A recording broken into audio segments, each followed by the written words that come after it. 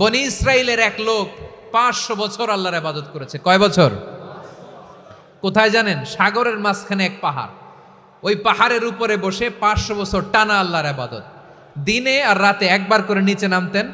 সেখানে আল্লাহ তাআলা পাথরের ভেতর থেকে তার জন্য মিঠা পানির ব্যবস্থা করে দিয়েছেন, আর একটা ডালিম গাছের ব্যবস্থা করে দিয়েছেন। সকালে নামলে একটা টসটসে ডালিম, রাতে নামলে টসটসে ডালিম। এগুলো খেয়ে খেয়ে 500 বছর সে আল্লাহর ইবাদত করেছে। আর সে আল্লাহর কাছে বলেছে, আল্লাহ আমি যখন মারা যাব সেজদারত অবস্থায় যেন মারা যাই। ঠিকই আল্লাহ সেজদারত অবস্থায় সাইয়েদনা আজরাইলকে পাঠিয়ে দিলেন। সেজদারত অবস্থায় লোকটা মারা গেল। 500 বছর ইবাদতের পরে আল্লাহর দরবারে কিয়ামতের কঠিন ময়দানে যখন লোকটা হাজির হয়ে যাবে, আল্লাহ বলবেন, আদখিলু আবদি আল জান্নাতা বিরহমাতি, আমার বান্দাকে আমার দয়া আমার ভালোবাসা দিয়ে জান্নাতে ঢুকায়া দাও। 500 বছর ইবাদত করছে তো আমার দয়ায় আমার বান্দারে জান্নাত দাও। এই বান্দা বলে, বালবি আমালি, আল্লাহ তোমার দয়া লাগবে কেন? আমি আমার আমল দিয়ে জান্নাতে যেতে চাই। কি দিয়ে? কথা বুঝে নাই বোধহয়। আল্লাহর এই বান্দা কি দিয়ে জান্নাতে ঢুকতে চায়? আমল দিয়ে। আল্লাহ বলছে, আমার দয়ায় আমার বান্দারা জান্নাতে নিয়ে যাও। ফেরেশতারা এ বলে, আল্লাহ তোমার দয়া লাগবে কেন? সেজদা তো কম দেই নাই, জিকির করতে করতে 500 বছর শেষ করে দিলাম, আবার তোমার দয়া লাগবে? আমি তো আমার আমলেই জান্নাতে যেতে পারি। আল্লাহ বলবেন, তাই ঠিক আছে, আমি চাইলাম দয়া দিয়ে জান্নাত দিব, তুমি চাইলে আমল দিয়ে ঢুকবা। ঠিক আছে, তোমার আমল আর আমার যে দয়া দুইটার একটু মাপ দেই। তোমার 500 বছরের ইবাদত এক পাল্লায় রাখো। আর আল্লাহ বললেন, আমি যে দয়া করে এই দুনিয়ার নাজ নেয়ামত বিউটি সৌন্দর্য দেখার জন্য তোমারে দুটা চোখ দিয়েছিলাম, দুটা নয় একটা চোখ আরেক পাল্লায় রাখো। রাখা হবে, দেখা যাবে ওই 500 বছরের ইবাদত হালকা হয়েছে, আর মুহূর্তের মধ্যে আল্লাহর দেয়া একটা চোখের নেয়ামত ভারী হয়ে গিয়েছে। আল্লাহ বলবেন, তোমার কথা মতো মাপ দেয়া হলো, এবার ফলাফল দেখো। হিসাব বলে, তুমি এখন জাহান্নামে যাবা। Go to the hell fire, যাও এবার জাহান্নামে যাও। মাপ জোখে যখন আসছো আমার সাথে হিসাব ক্যালকুলেশন, যাও তুমি এবার জাহান্নামে যাবা।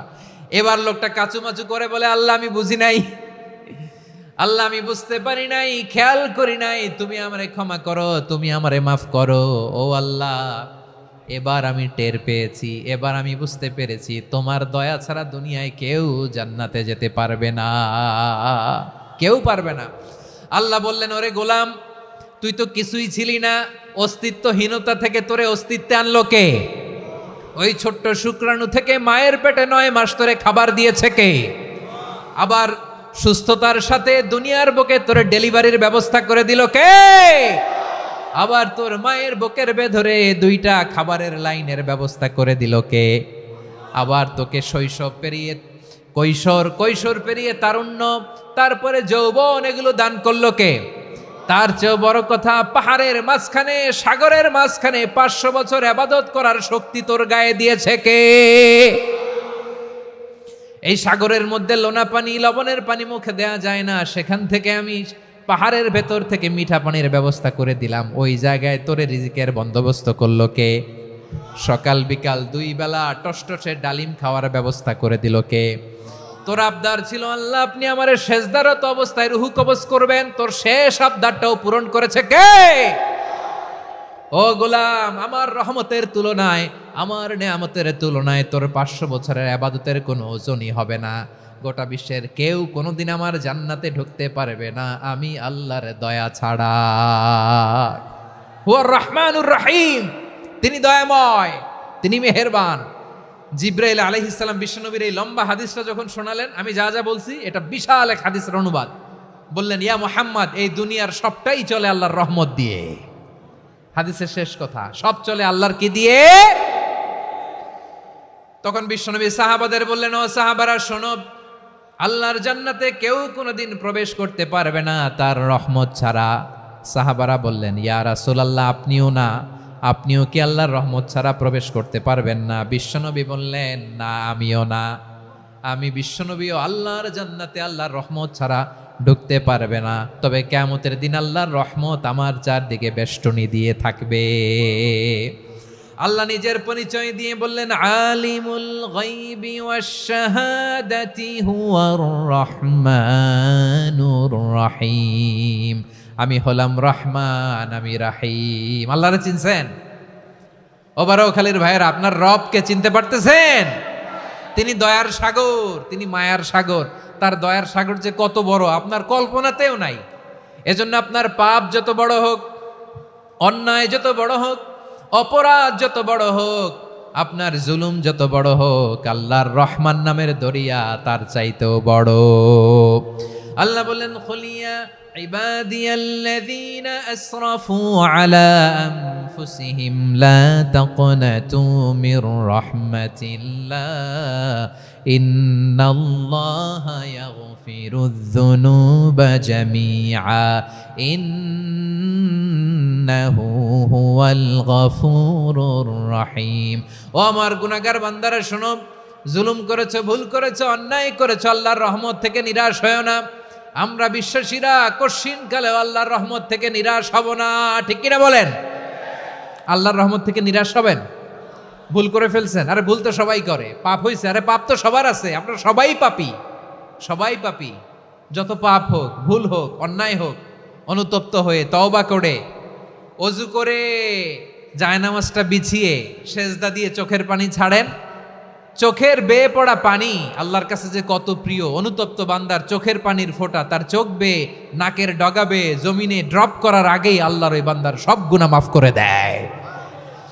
আল্লাহ বললেন, আমি রহমানুর রহিম, আমি দয়াময়, আমি মেহেরবান।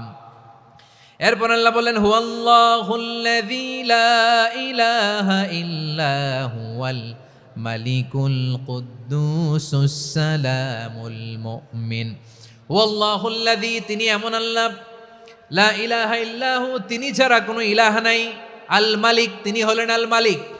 দুইটা শেষ, আর রহমান আর রাহিম শেষ। এবার আল্লাহ 3 নম্বর গুণবাচক নামের পরিচয় দিচ্ছেন। আল্লাহ বলছেন, আমি হচ্ছি আল মালিক। আমি কি? মানে সম্রাট। আল মালিক মানে হচ্ছে the king, the king of Kings.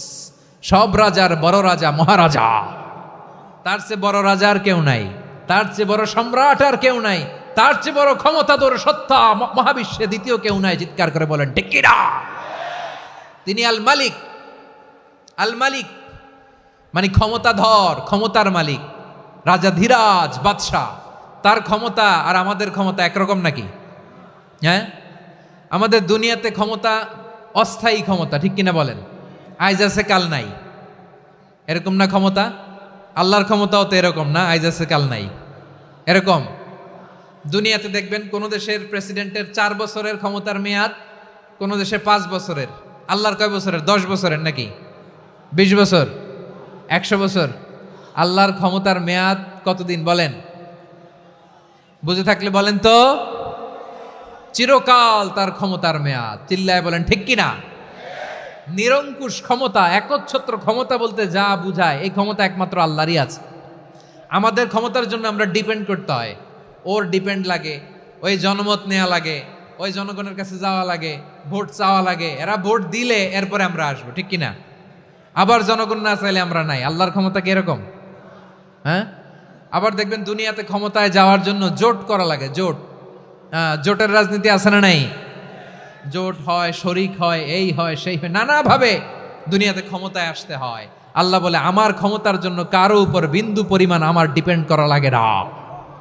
সৃষ্টির শুরু থেকে আমি ক্ষমতার চেয়ারে বসা, মহাবিশ্বের শেষ পর্যন্ত, সীমাহীন ভবিষ্যৎ পর্যন্ত আমি ক্ষমতার চেয়ারে থাকব।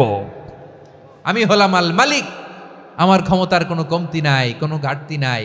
কেউ আমার ক্ষমতা থেকে নামাতে পারবে না। পারা যাবে? এই যে আমরা ফ্যাসিস্ট সরকারের যে আপনারা নামাই দিছেন গণ অভ্যুত্থান করে, মনে আছে? 5ই আগস্টের কথা ভুলে গেছেন এত তাড়াতাড়ি? মনে আছে? আছে।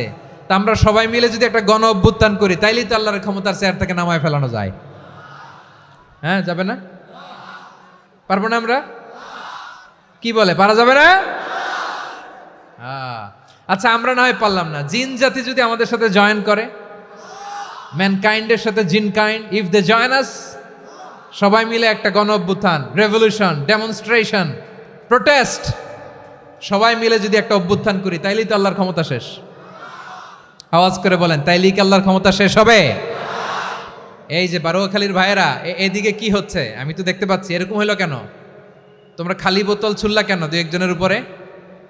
হ্যাঁ, আমার দিকে তাকাও। প্রিয় ভাইরা, শান্ত হন, আমার দিকে তাকান, আর অল্প কয়েক মিনিট আমার দিকে তাকান। কেউ কিছু ছুঁড়ে মারবেন না কারো দিকে, মেহরবানি করে আমার দিকে তাকান। তাহলে আমরা সবাই মিলে একটা গণ অভ্যুত্থান যদি করি, আল্লাহর ক্ষমতা থেকে নামানো যাবে। আল্লাহ বলেন না, আমি হলাম আল মালিক, আসল ক্ষমতার মালিক, the king of kings, the owner of ultimate power, the owner of ultimate authority, the owner of ultimate sovereignty.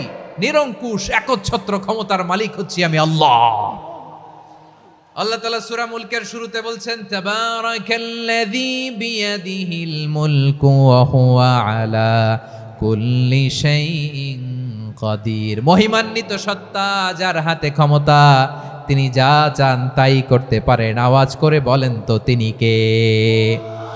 আবার আল্লাহ বলেন, কুলিল্লাহুম্মা মালিকাল মুলকি তুতিল মুলকা মান তাশাউ ওয়া তানজিউল মুলকা মিম্মান তাশা ওয়া তুইজ্জু মান তাশাউ ওয়া তুযিল্লু মান তাশাউ বিয়াদিকাল খায়র ইন্নাকা আলা কুল্লি শাইইন কাদির। আল্লাহু আকবার। এ নবী, আপনি বলুন, আল্লাহুম্মা মালিকাল মুলক, আল্লাহ আপনি ক্ষমতার মালিক। তুতিল মুলকা মান তাশা, যাকে চান তারে ক্ষমতার চেয়ারে বসান। ওয়া তানজিউল মুলকা মিম্মান তাশা, যাকে চান তাকে ক্ষমতার চেয়ার থেকে ছুঁড়ে ফেলে দেন। তিনি কে? ক্ষমতার চেয়ারে বসায় কে? আবার মনে চাইলে আস্থা করে ছুঁড়ে নিক্ষেপ করেন, তিনি কে? আবার আল্লাহ বললেন, ওয়ালাম ইয়াকুল্লাহু শারীকুন ফিল মুলকি, আমার ক্ষমতায় কোনো শরিক নাই, কোনো জোট নাই, কোনো পার্টনার নাই, কোনো অংশীদার নাই। আবার আমি চলে গেলে আমার ক্ষমতার দাবিদারও কেউ নাই। আল্লাহু আকবার। এই দুনিয়াতে রাজা মারা গেলে পরের রাজা কে হয়? রাজার ছেলে রাজা, ঠিক কিনা বলেন? আল্লাহ চলে গেলে আরেকজন বসবে নাকি? এরকম না, তার ক্ষমতার সাথে দুনিয়ার ক্ষমতার কোনো মিলই নাই। এজন্য তিনি তার নাম দিয়েছেন আল মালিক। আল মালিক, the owner of power, the owner of ultimate power and sovereignty, the king of kings, সব রাজার বড় রাজা, মহারাজা আল মালিক, তিনি হচ্ছেন আল্লাহ। চিৎকার করে বলেন ঠিক কিনা?